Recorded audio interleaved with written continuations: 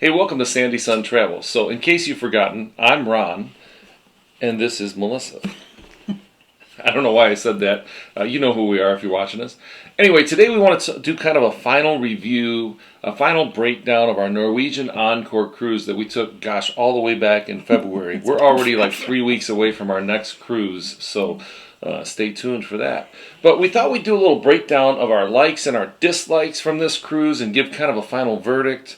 I don't know if it's a likes and dislikes video, a review video, whatever it is. Kind of a little bit of both. Yeah, so let's check it out.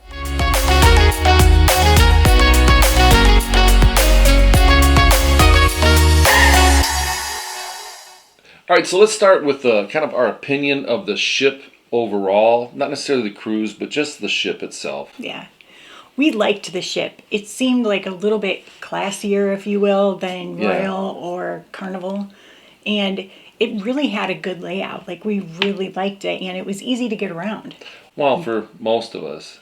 For some reason, I don't know why, I'm usually the navigator, the compass. Yeah, whatever. And it seemed like every time we get off the elevator and go back to our cabin, for some unknown reason, I would turn the wrong way every single time. I think I finally got it right, like the last night of the cruise, but I don't know, sober. It's usually the other after three a of few drinks us. or whatever. I don't know what it was, but there was just something about that. But aside from that, it was really nice to get around. I just felt like the venues were nice. The way it was laid out was done well. All the above. So while we're still speaking about the ship, let's kind of move on and talk about the staterooms. Yeah.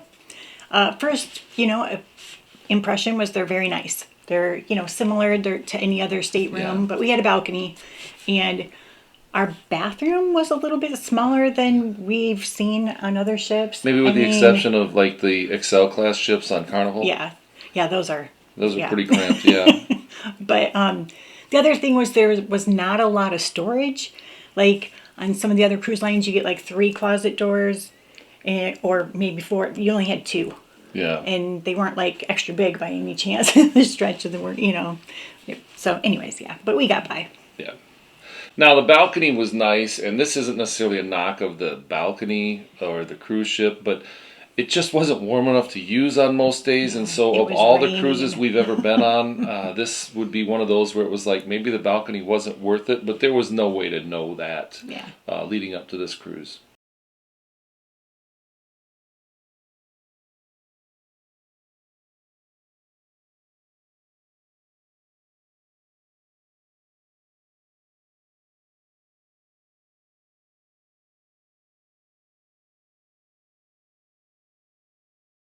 All right, so now we're going to switch it up a little bit. We'll talk about the service, like the way that people took care of us.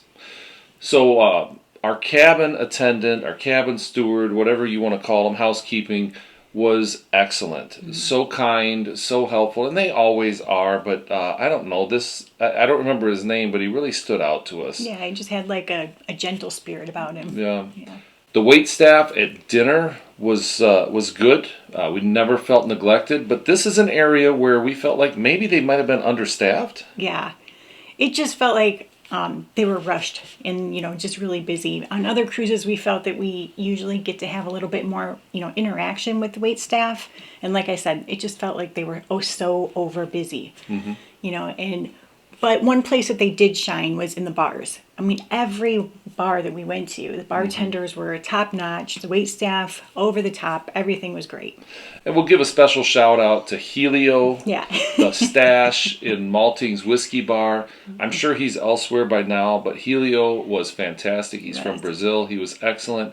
And then John, who was from, was he from the Philippines or Indonesia? I can't remember, but they took care of us like we were special, like we were family, royalty. Yeah, they really took care of us. So anyway, they were both in the Malting's Whiskey Bar. Yeah. So now let's talk about the pools and the outdoor spaces.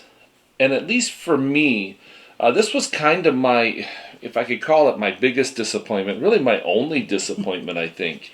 I feel like there was too much space assigned to these upgraded areas. Yeah. The Haven, which, hey, look, you're paying extra for it. I get it. Right. And the Vibe Beach Club, you're paying extra for that. I get that. However, I just felt like there was just, I don't know how to say it other, there was just too much space assigned to those, because then the one really nice weather day that we had on our cruise, it was like, I mean, if you've ever, a can of sardines comes to mind. Oiled up, greased up, sunbathed up sardines, just jammed in. One more person would have gone onto that pool deck. Somebody would have shot out the top. Jeez. Wow, that was loud. But anyways, the waterfront was really nice because it was like open space where we could actually enjoy the sun.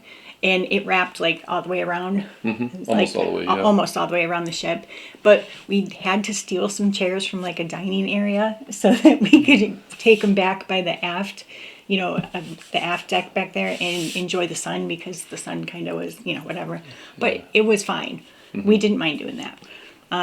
We didn't do laser tag because, well, it was mostly used as sun deck space because people were like, the sun. Yeah, the staff put out, pool lounge chairs back there because it just needed space. But one good thing, we hear that they're going to convert the Galaxy Pavilion and the laser tag area into more, pool deck space, which is needed. Very much so. Needed. Hey, would you like this video? Subscribe to our channel. It would really help us out. And if you're looking to book a cruise on the Encore or really any ship or vacation, we'd love to help you out with that too. You can check out our website, sandysuntravel.com. Hit us up on our socials, or send us an email at the email listed right here.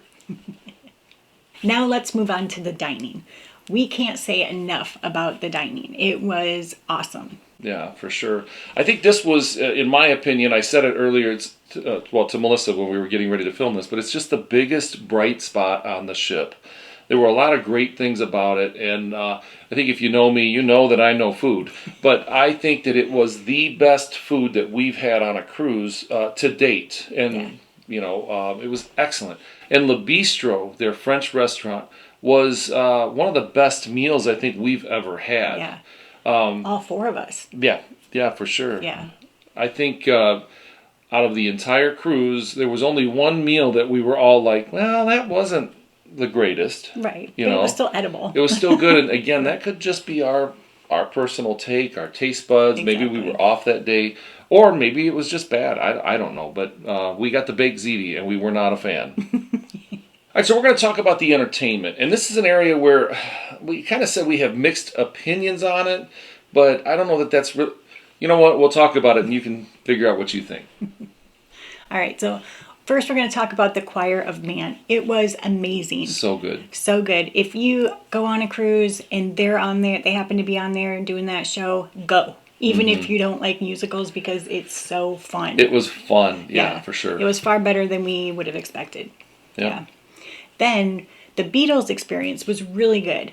It's not typically his style of music. It's not totally my style of music, but growing up with it, it was like, it was nostalgic in a way, but the band was really great. Yeah, don't hate me. I'm not really a big Beatles fan, but I have to say that the band and the way that they kind of played it, like they kind of pretended to be the Beatles, but then they also kind of like wink, wink, nudge, nudge. We know we're not. Yeah, it was like over the top. It was really, really good. I enjoyed the experience, even if I'm not really a fan of the music. And again, I'm sorry, if you're a huge Beatles fan, good for you. Go on this ship, you'll love it. Well, and there was people that said they went 2 and 3 times. So well, because they kind of changed each set. Just go and check it out. I think you'll like it.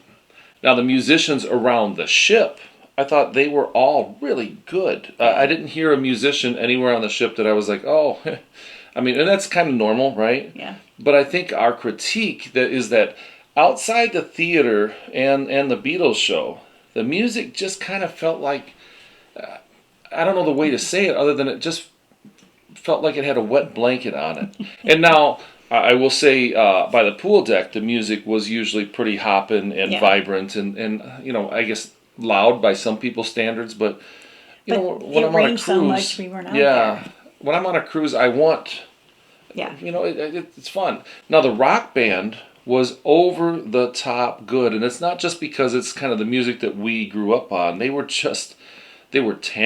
Yeah. And I think that's where kind of our critique really, really came out, right?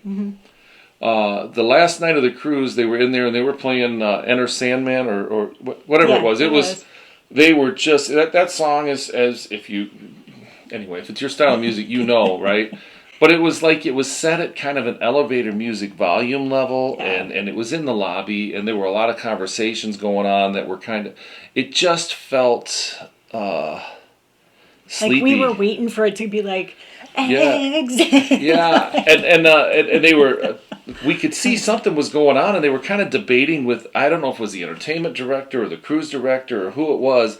They were trying to close out. I think it was their last night on the ship, and it was the last set of the night, last song of the set, and they were trying to close out with like a, we want to have a moment, and it just didn't happen, and it was really sad. We talked to the guitar player afterwards because he was really good, and he kind of he was being very polite and very correct, politically correct, but you could tell he was rather disappointed that they couldn't just kind of show out for one night.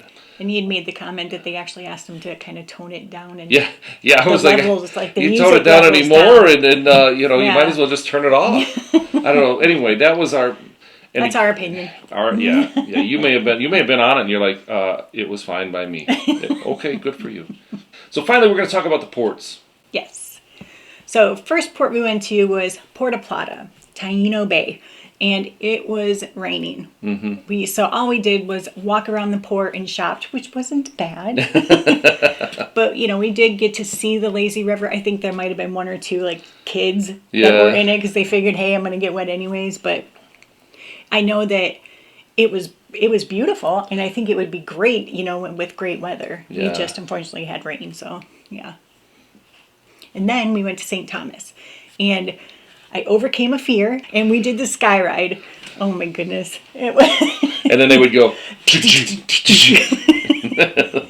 But one good thing is when I get nervous or like overly, I start giggling. I start laughing. So like there was kids on there. I wasn't like going, oh my gosh, or anything. I just started laughing. So So we did the sky ride, took it all the way up to the top, and just did the shopping. And then we stopped at the little restaurant up there and had lunch. So yeah, we had a good time there. Yeah. And then Tortola was our next port, and Tortola was like a 6 a.m. arrival, and we had.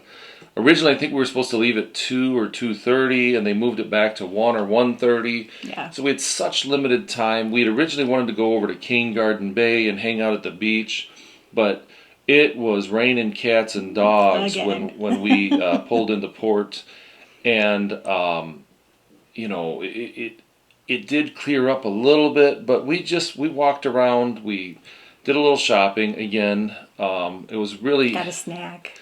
I don't know. That was the port that I was so looking forward to, and we just got to see the port area, and it was fine. It was fine, but we didn't experience anything. So that was Tortola, and then Great Stirrup Cay. We finally found sun. Between Tortola and Great Stirrup Cay, we had a sea day, and that was a sunny day. It was beautiful. That's the date that the pool decks were so crowded, and then. We got off the boat, did a tender. So Great Stirrup Cay is a water shuttle tender port, but it's so worth it. It is one of the most well done cruise private islands that we've been to. We had a beautiful day on the beach.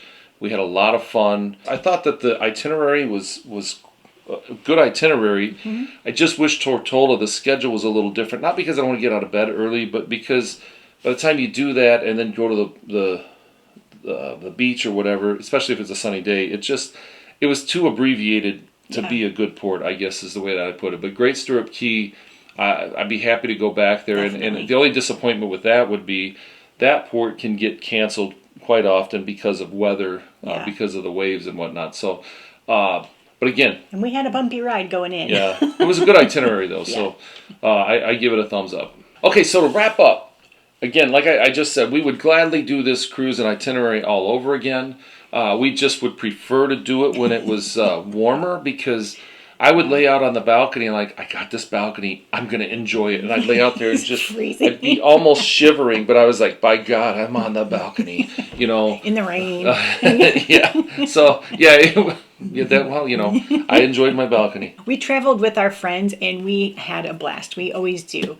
But for some reason, this sailing just felt a little less energetic than other cruises that we've been on. And we're not sure if it was the time of the year, the weather, all the rain. I mean, that does affect moods and stuff, but or if it was something else that maybe we were doing or that we could have done differently. Who knows? And I guess maybe the takeaway is if you're looking for a relaxed cruise, this might be the cruise to take. Good food, good service, and the word chill would kind of come to mind. Yeah. It was just kind of a chill.